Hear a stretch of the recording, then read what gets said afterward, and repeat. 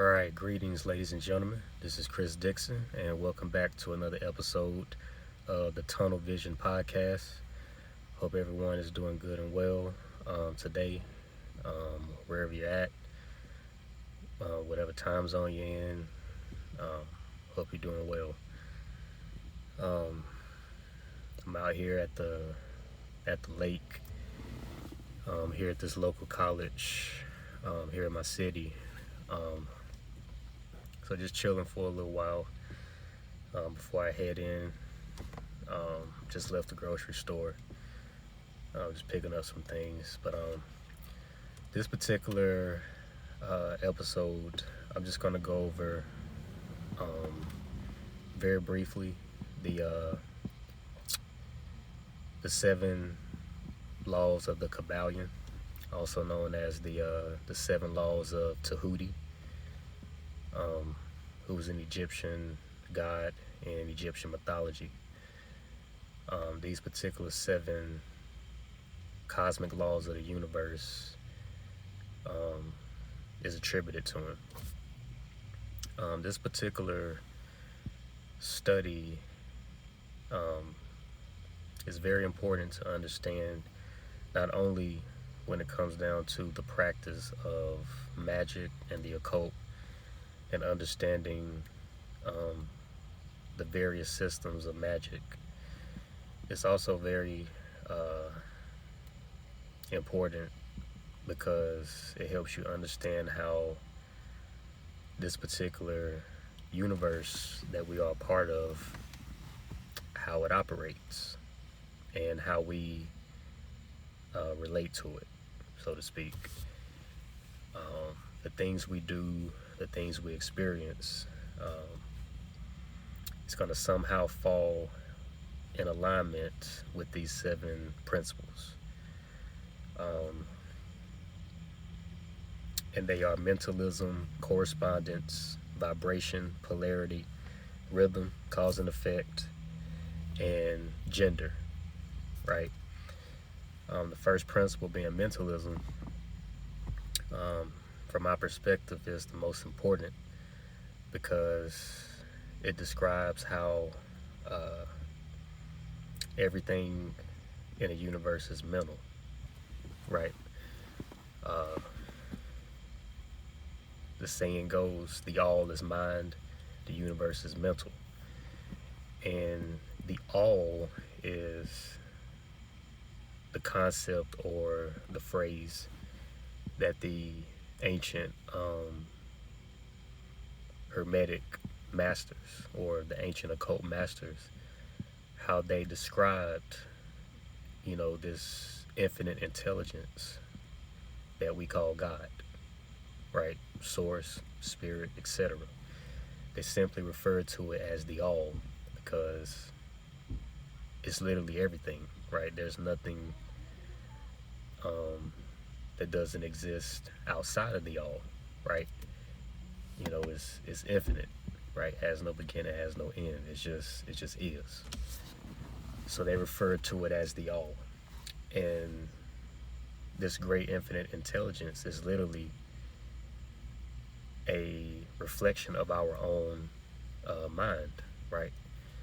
So this universe, when they say the all is mind, the universe is mental, what they're describing is how this particular universe is literally a direct reflection of our imagination and minds, right?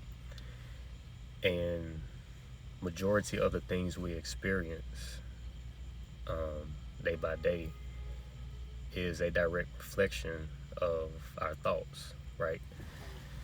Our thoughts are very important to understand and study because they determine what type of reality we're going to have, based on our thoughts.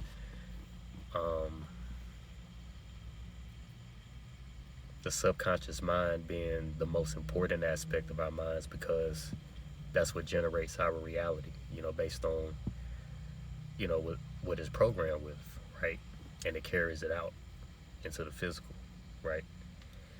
and just overall, just the thoughts we have that just that's a part of our nature. You know how we think. You know, we pull down these particular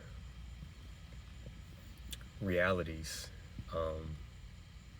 based on the mental, plane, so to speak, because that's where everything starts. It's on the mental plane, right? So it's very important that you understand your thoughts. That's why it's very important to stay consistent in your spirituality, your spiritual practices, whether that be meditation, prayer for some people, journaling. Very important that you write down your thoughts that you have, so that you can keep a record, day by day of what's going on inside of your mind, right? Some people seek out therapy and counseling, which is very good too, in helping you process your thoughts. But the things you experience, they first originate on a mental plane, right? And that's a very important concept to understand, especially when it comes down to the practice of magic, right? The rituals and the spells, and things of that nature that we do on this path really are just simply tools. The magic is not necessarily coming from the spells and the rituals. It's really coming from your divine mind, right? The rituals and things of that nature that we utilize on this path are just tools that we use to help us tap in. They're not necessarily needed, to manifest the life that you want and desire.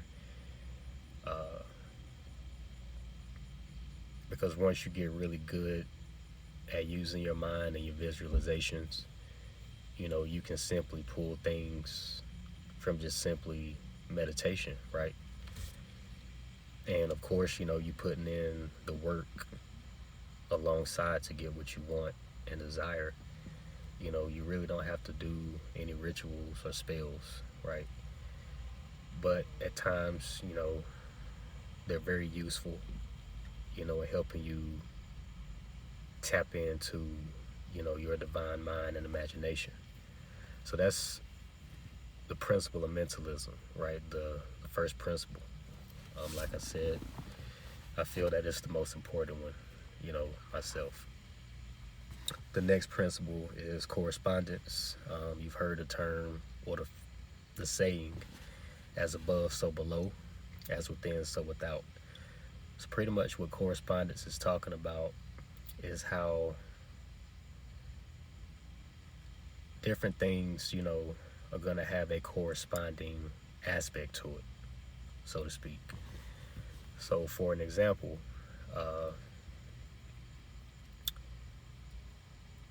you have, like I said, the 72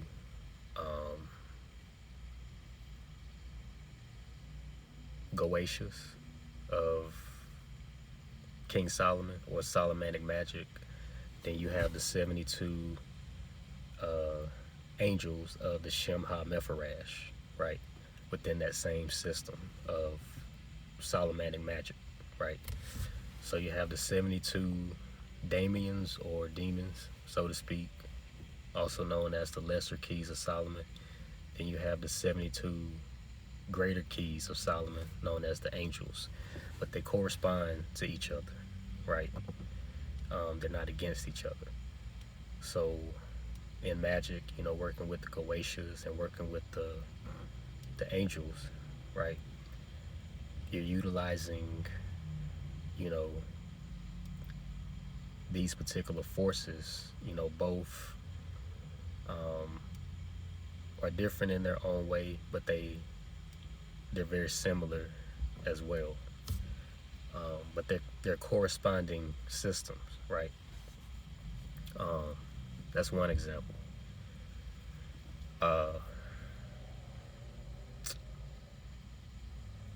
You also have the concept of how the infinite intelligence, that we call the all, the spirit, source, etc., how it manifests on an external level, within our universe. So just as it manifests on the external level and the things that it created, right, it also manifests inside of us, right? So that's where you get the whole concept of as above, so below, as within, so without, right? Uh, so that's how the law of correspondence, what that particular law is describing. You also have the Star of David, right? That's the symbol of correspondence within itself. It's not necessarily referring to um, an actual star that was attributed to David in the Bible. It's really a symbol. Of course, it's called the hexagram, but it's a symbol that consists of two triangles. One of them is going up, and the other one is pointing down, and they are connected as one. Okay, describing correspondence. Like I said, as above, which would be the triangle going up, so below, the triangle going down, right?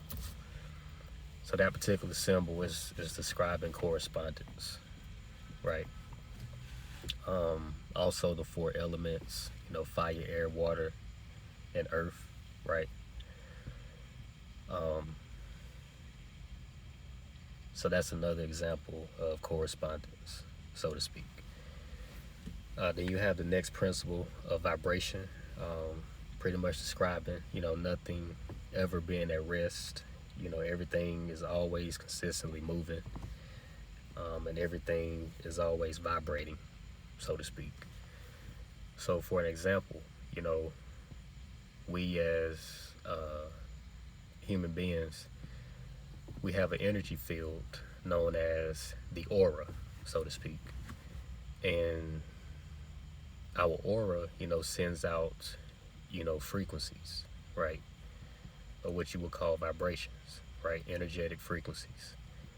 And, based on how we're feeling, based on, what our mood is like, that will determine the type of frequencies that we send out to our environment, and that will literally dictate the environment around us, right? People will be affected, within our environment, based on how we're feeling, right? So if you're in a positive mood, you're sending out positive frequencies or positive vibrations, and that's going to affect people around you, right? It's going to make other people feel good and positive, being around you. And it's also going to affect people that's negative too, people who just don't like to be around positive people or like to hear anything positive. Just that frequency of positivity is going to affect them too. So it's going to affect your whole environment, and vice versa. Having negative feelings, that's going to affect people around you as well.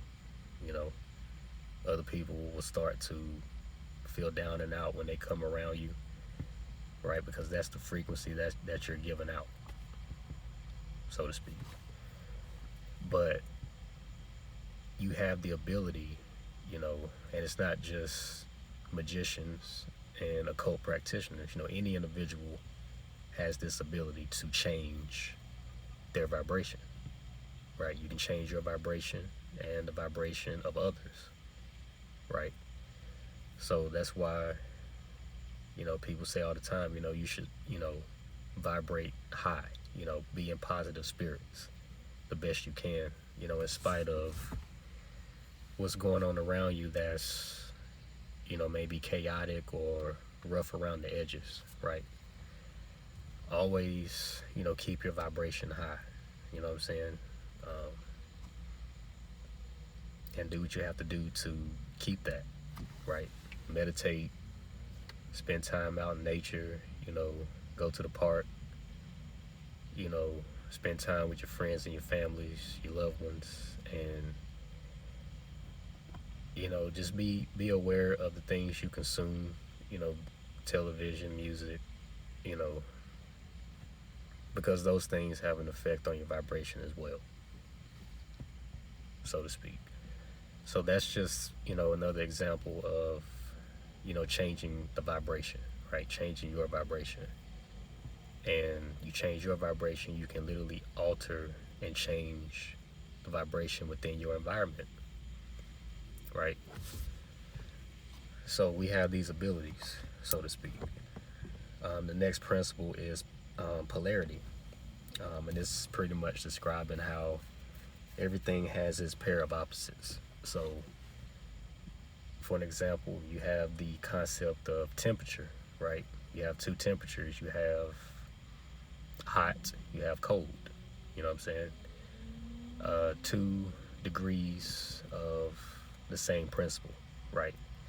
They're just different in, their frequencies and how they operate. Or so to, you can say it that way. You got light, you got darkness. Both are one and the same. They're not separate, from each other. They're both connected as one, right? That's why when you look at the yin yang symbol, one aspect of it is black, would represent, of course, the dark side, but also the divine feminine. And then you have the white aspect of it, which will represent the divine masculine. And, chaos and order, so to speak. But the divine feminine and the divine masculine connected as one, you get balance, right? So that's polarity, being symbolized through that particular symbol. Even when it comes down to the concept of good and evil, right? Just 2 different degrees of one polarity, so to speak. When you read in the Bible, in Isaiah chapter 45, verse 7, polarity is described in that scripture, where God says he forms the darkness and he forms the light. He creates good things and he creates calamities, so to speak. In the King James Version, he says he creates good things and evil as well. But I, the Lord, do all these things. So what's the Bible is describing is the principle of polarity, right? So in actuality, what you would call God and the devil, there's really no separation between the two. They're actually one, just different degrees of polarity, right? It's understanding science. It's not looking at things from a good/evil or good versus evil perspective. It's really just understanding, polarity, right? From a relative sense, good and evil, does exist, but from the metaphysical perspective, it's really just talking about, 2 different degrees of one polarity, so to speak. So when you understand, polarity,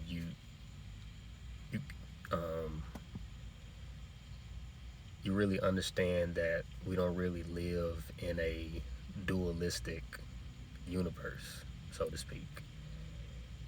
We don't really have a dualistic nature, right? We have 2 natures that's a part of one concept, or like I said, one polarity. You got your higher self or your highest nature, then you have your lower self, right? Your lower, base desires, lusts, cravings, and things of that nature. Both are connected as one. And it's about balance, understanding the importance of balance in everything you do, right?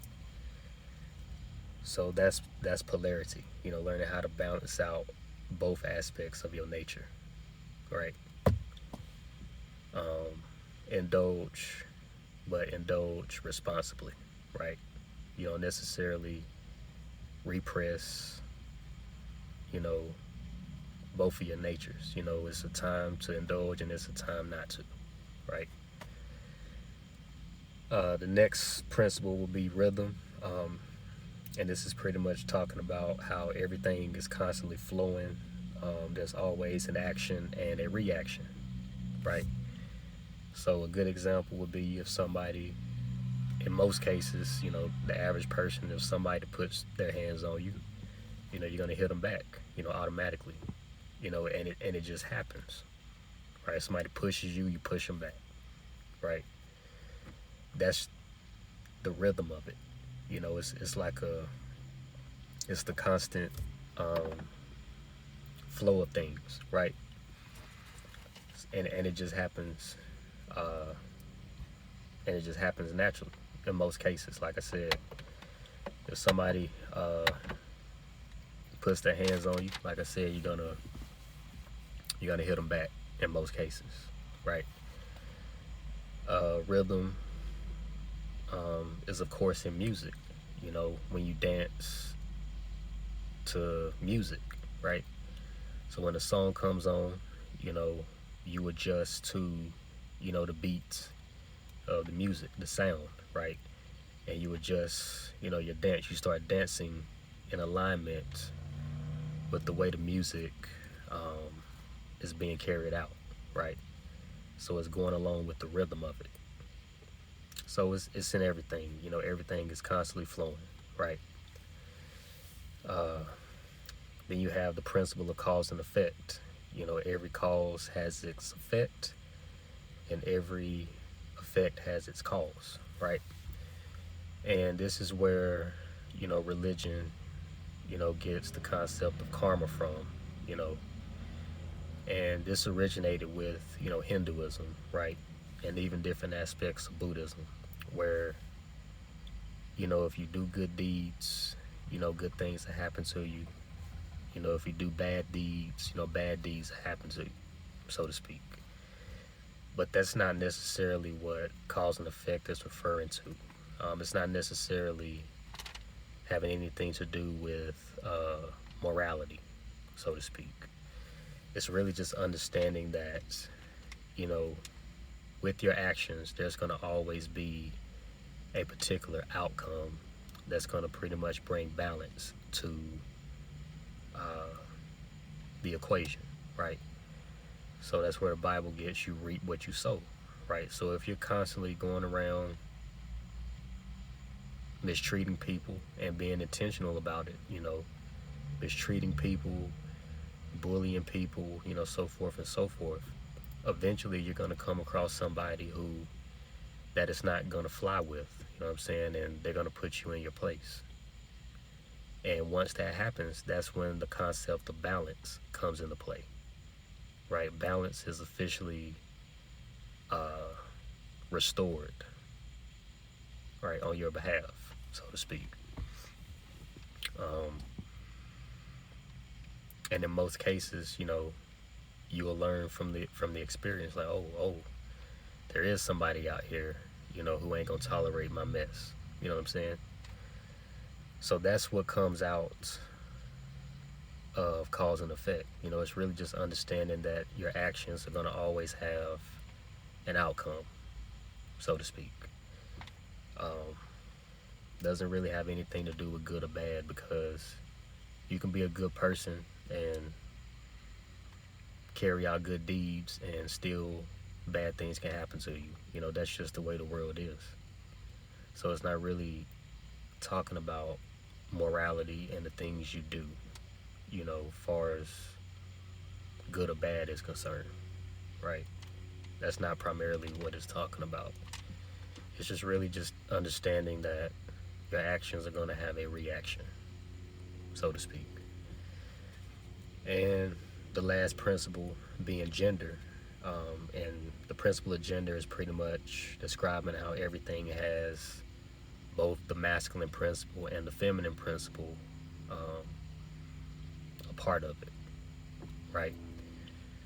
So for an example, we as human beings, we have both the masculine principle and the female or the feminine principle within us. No man is 100% masculine, and no woman is 100% feminine, right? Both men and women have both principles in them, right? So the aspect of our nature, when we're striving to be strong in our emotions, you know what I'm saying? When something bad happens, we try our best to be strong, in how we feel. Some people would say being stoic, right? That would be a good example of the masculine principle being tapped into. And of course, showing emotion, showing feelings. You may shed a tear or two, about something bad that happened. That's the feminine principle within us that we're tapping into. So it's really just understanding these two principles, how they're connected as one, you know.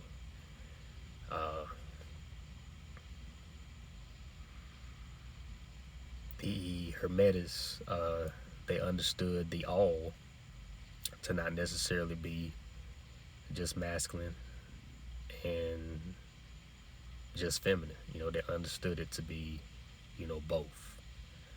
So for me, that's why I like to refer to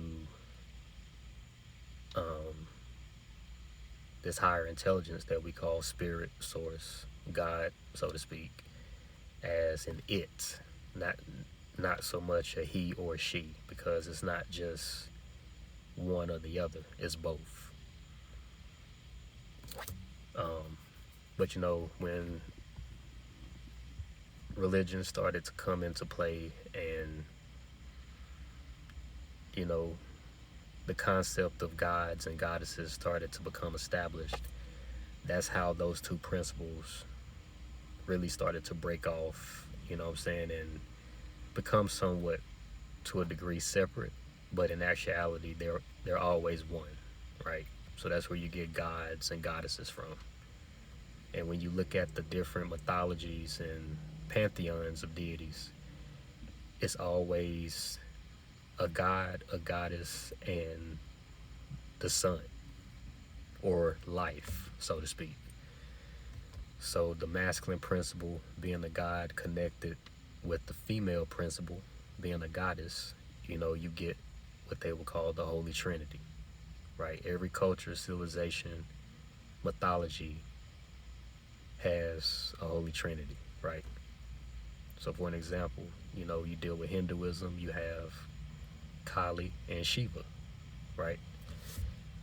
The divine counterpart, the masculine being Shiva, Kali being the feminine counterpart.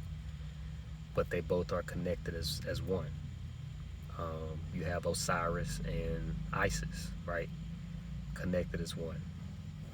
In Christianity, when you deal with the Gnostic Christians, they understood the female counterpart to Jesus was Mary Magdalene, right? So even in that, in the Christ story, the story of Jesus, even he has a female counterpart who the Gnostics consider to be Mary Magdalene, right? So almost everywhere you look, there's going to always be both principles present, and both are actually connected, right? So that's really understanding what gender means, the principle of gender, right?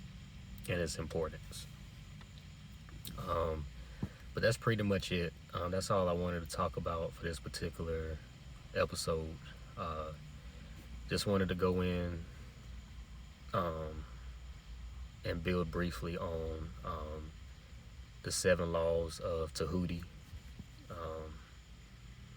and their importance in understanding, spirituality and just overall how this universe operates and how we relate to it, and how these particular laws, affect us and how we work in alignment with them. right? But that's all I got for this particular episode. The next episode, it may be 2, maybe 3. It all depends